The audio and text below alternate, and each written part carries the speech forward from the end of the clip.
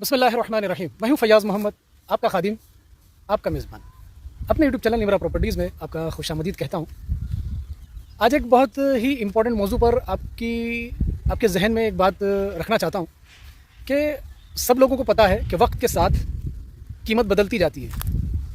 हर चीज़ के दाम महंगाई के हिसाब से बढ़ते ही जा रहे हैं। हर चीज़ की कीमत बढ़ती जा रही है। जिस तरीके से लॉकडाउन जब ख़त्म हुआ और लॉकडाउन ख़त्म होने के बाद चीज़ों की कीमतें जो है आसमान की बुलंदी तक पहुंच चुकी हैं। खाने पीने के दाम और रोज़मर्रा की जो बुनियादी ज़रूरतों से हटकर जो चीज़ें थी, हर चीज़ के दामों में बढ़ोतरी ही देखी जा रही है। पेट्रोल की कीमत बढ़ गई, खाने पीने की चीज़ें बढ़ गई, हर चीज़ की कीमत बढ़ती जा रही है। गवर्नमेंट ने टैक्सेस बढ़ा दिए।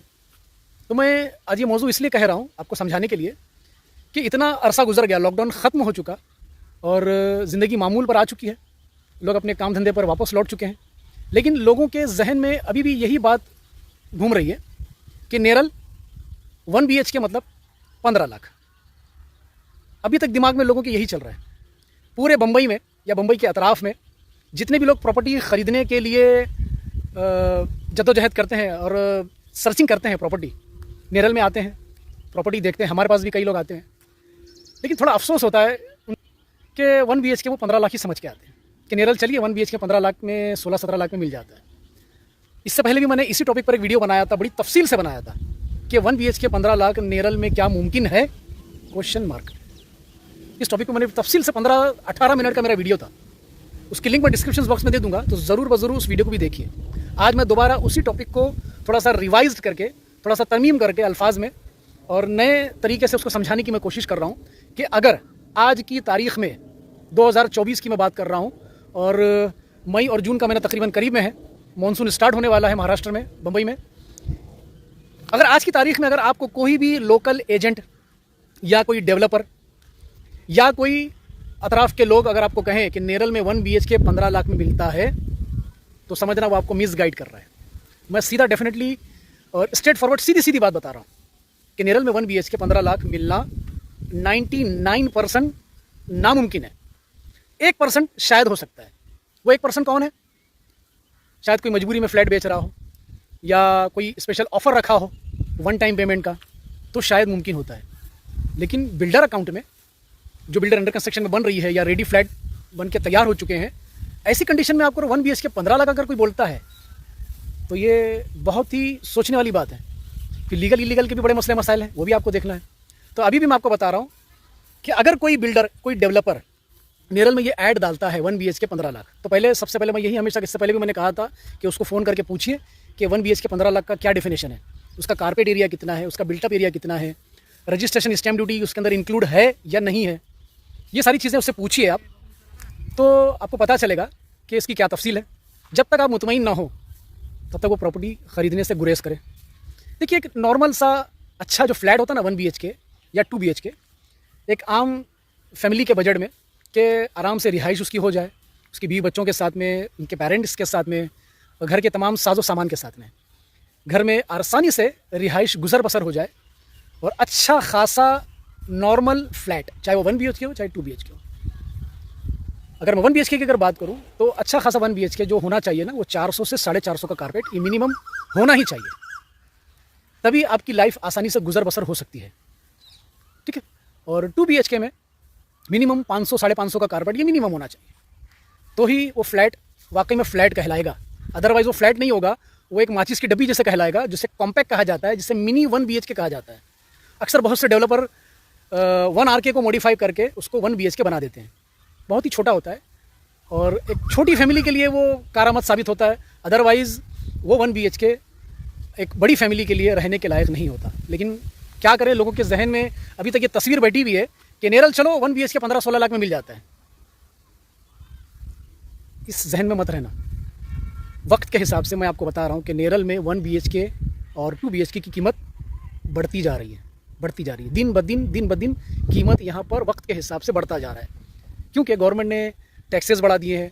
रेती, सीमेंट, सरिया, कंस्ट्रक्शन कॉस्ट, लेबर कॉस्ट, यहाँ तक कि ज़मीन की वैल्यू, हर चीज़ की कीमत बढ़ रही है। तो ये कैसे मुमकिन है कि बिल्डर अपनी जेब से वो अखराजात बेयर करे? जाहिर सी बात है, बिल्डर पर वो असर पड़ेगा, उस फ्लैट पर भी असर पड़ेगा और वो फ्लैट की कीमत बढ़ी जाएगी। और अक्सर फिर लोग आते हैं कमर्शियल लेने के लिए, शॉप लेने के लिए, बोले स्टेशन के पास चाहिए, मार्केट बाज़ार में चाहिए और अच्छे लोकेशन पर चाहिए, बजट 10 लाख का है।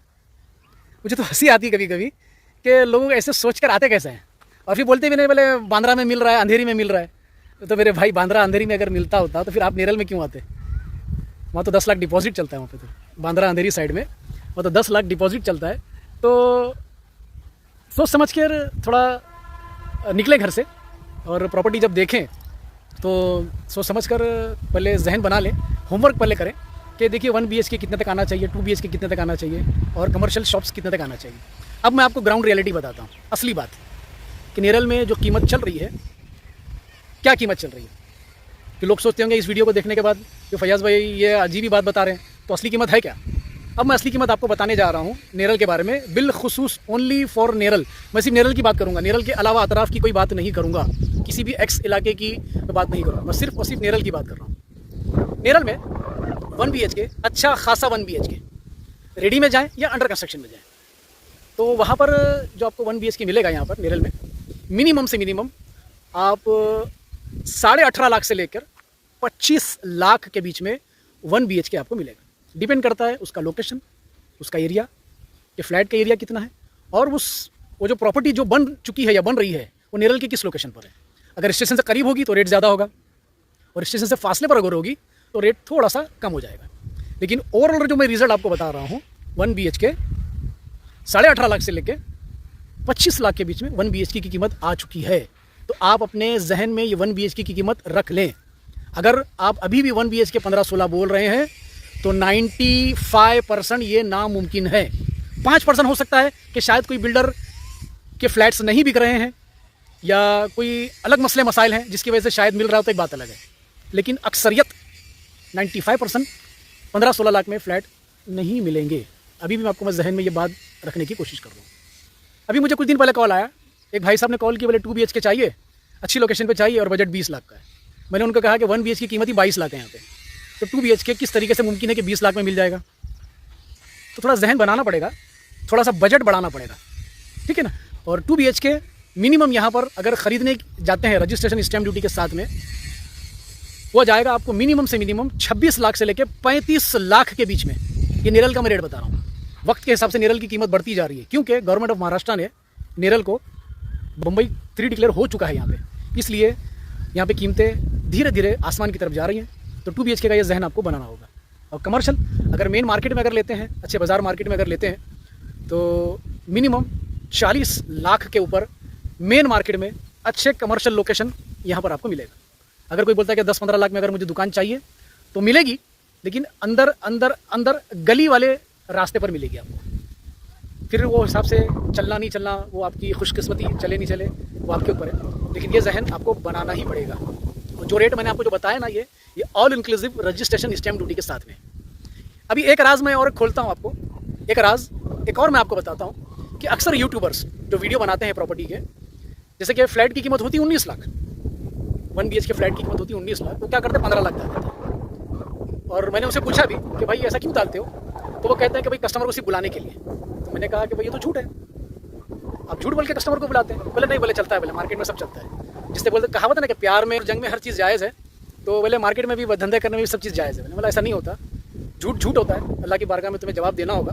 अगर झूठ बोल के अगर तुम कस्टमर को बुलाते हो तो भले आज तुम यहाँ पर निजात पालोगे, लेकिन कल आखिरत में तुम्हारी गिरफ्त हो सकती है।